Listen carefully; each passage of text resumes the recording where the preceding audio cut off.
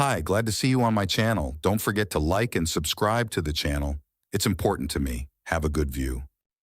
Operation Abercrombie, one of the Scottish clans, was conceived as a commando raid on targets near the village of Ardelot, south of Boulogne-sur-Mer.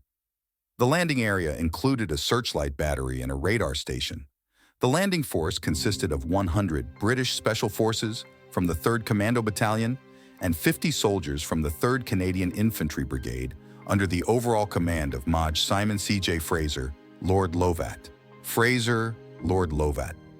They were transported to the coast of France by 4 MGBs of the 14th Flotilla and landed by 6 landing craft assault boats and 2 landing craft support gunboats, which went in tow of the MGBs. Having accomplished their assigned missions, the Marines were to return home in the landing boats. The naval force was commanded by Lieutenant CMDR Thomas N. Cartwright, commander of the 14th Flotilla of gunboats. Believing that the weather conditions would be favorable, the operation was decided to conduct on the night of April 20th, 1942. The landing flotilla left Dover at 1930 on April 19th. There were 50 men on each MGB. A southwest wind of magnitude 3 at the start of the expedition had become so strong by nightfall that the formation was forced to turn back. Before doing so, at 23 bars, one of the LCAs managed to take on a large amount of water and sank with 2 crew members. The connection returned to Dover at 03 Warwars on April 20th. At 1956 on April 21st, the MGB with LCA and LSC in tow left Dover again. The channel crossing passed without incident, and at 01:00 the flotilla was 2.5 miles from Ardelot. The commandos were to land on the French coast north and south of Ardelot at 01:30 on April 22nd. At 01:15, the commandos moved aboard the LCAs. Canadians on 2 LCAs with 1 LSC in the guard came to the white landing site south of Ardelot at 02 Airmont. But then from the sea began cannonade. MGB fought with German ships. The landing was postponed, and the LCAs began to cruise back and forth along the beach. The shore searchlights came on. At 02:25, when the firefight broke out with renewed vigor, it was discovered that 1 LCA was lost. A long search was fruitless. Eventually, both groups returned to England without landing. At the red site north of Ardelot, the commandos landed at about 0200 hours. After the initial naval fighting subsided, the British encountered a small German patrol and drove it back with fire. At about 0250, they received a radiogram from the flotilla commander asking them to return earlier than scheduled because the ships had been in a hot firefight. The group sent to destroy the searchlights was signaled to return at 0310 by missile. It returned 20 minutes later. The landing boats, having picked up all the commandos, reached the English shore safely. The reason for the operation being curtailed was the German minesweepers of the 38th Flotilla, 2 groups of which were in the landing area. There were 2 skirmishes between them and the MGB. The British did not recognize the enemy. The reports mentioned both air defense ship and Schnellbots, and MGB claimed to sink one of them. In fact, the minesweepers were completely unharmed, but the MGB 316 and MGB 312 that fought them each lost 1 sailor. The shore batteries were warned that their ships were off the coast, so they did not fire at the British, even illuminating them with searchlights. Thus, the only positive aspect of the failed operation was the minimal casualties. Only 1 commando from the landing party was wounded. Operation Briselle. Another operation, similar in objectives to the Operation Biting described in the first part of the article, was carried out on the night of June 4th, 1942, and was called Bristle.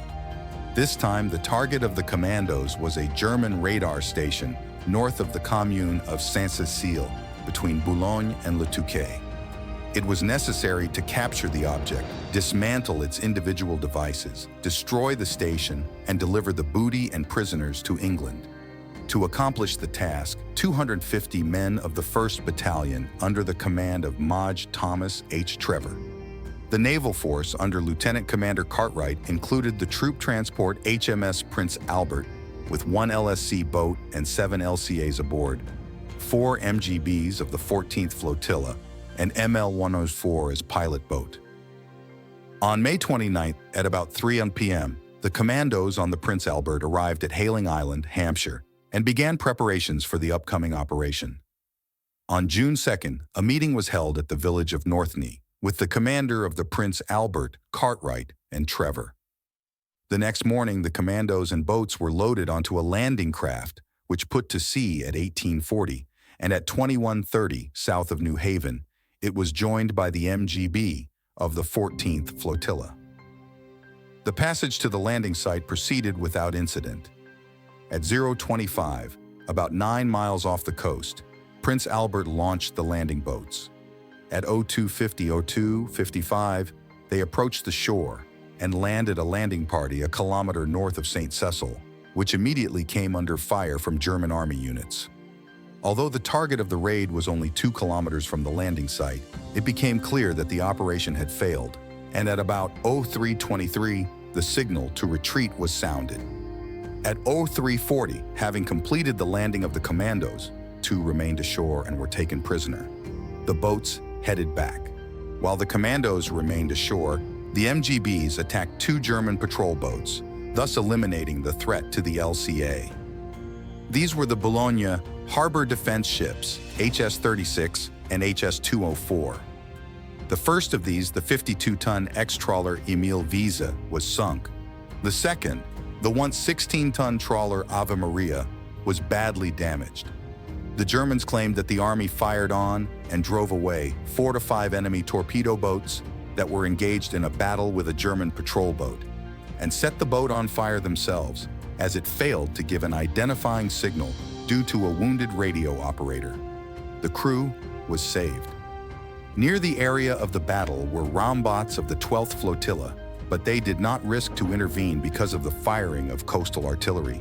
At dawn, at 05:10:05:15, Cartwright's cutters and patrol boats, ML-137 and ML-293 rushing to the English shores in the Straits of Dover, were attacked by 6 Messerschmitt Bf-109s from JG-26 Squadron. Both MLs and MGB-324 were damaged, killing 3 men and wounding 19. The situation was diffused by the British fighters that came up and took the flotilla under protection about 25 miles west of Boulogne. About 10 in Cartwright's formation reached Hastings, formation of the 15th Secret Operations Flotilla. After the loss of MGB-314 during the raid on St. Nazaire, Commander Frank A. Slocum was given his sister ship, MGB-388, commanded by Lieutenant Charles E.C. Martin. From November 1941 to March 1942, Martin's gunboat was part of the 12th Flotilla of gunboats based at Great Yarmouth. There, during the first operation to deliver an agent to the Dutch coast, MGB-318 ran aground at low tide so close to shore that it was clearly visible to traffic on the coastal roads. The boat eventually ran aground and made it to base with bent shafts. After repairs in June 1942, MGB-388 was transferred to Dartmouth as part of the 15th Flotilla of gunboats, the name of Slocum's unit, which was engaged exclusively in covert operations to land agents on the Brittany coast and evacuate them, as well as other types of support for the resistance. At Dartmouth, MGB-318 joined MGB-501. In this formation, the 15th Flotilla did not exist for long. On July 27th, it went into full strength. MGB-501 with Slocum and 2 of his staff officers aboard, MGB-318, and the submarine hunter motor anti-submarine boat, MASB-36, sailed for the Scilly Islands off the southwest coast of Cornwall. Near Cape Land's End, the extreme western point of Cornwall, a primus exploded in the galley of MGB-501. A fire started, quickly reaching the ammunition cellar, the explosion of which killed the boat. None of the passengers and 28 crew members were injured. All of them were saved by MGB-318. Since there was nothing to make up for the loss, for a long time the operations of the 15th Flotilla, on a temporary basis, involved other boats, including Fermail C, as well as fishing boats. The unsuccessful Jubilee operation. Jubilee was a very large-scale operation, so here we will consider only the participation of coastal force gunboats. Among the 237 ships and vessels that sailed from Portsmouth, New Haven, and Shoreham to the French coast on the evening of August 18, 1942. As part of the sabotage raid on Dieppe were 4 steam gunboats of the 1st Flotilla and 12 MGBs. All of them performed the tasks of escorting and guarding watercraft with the landing party on board.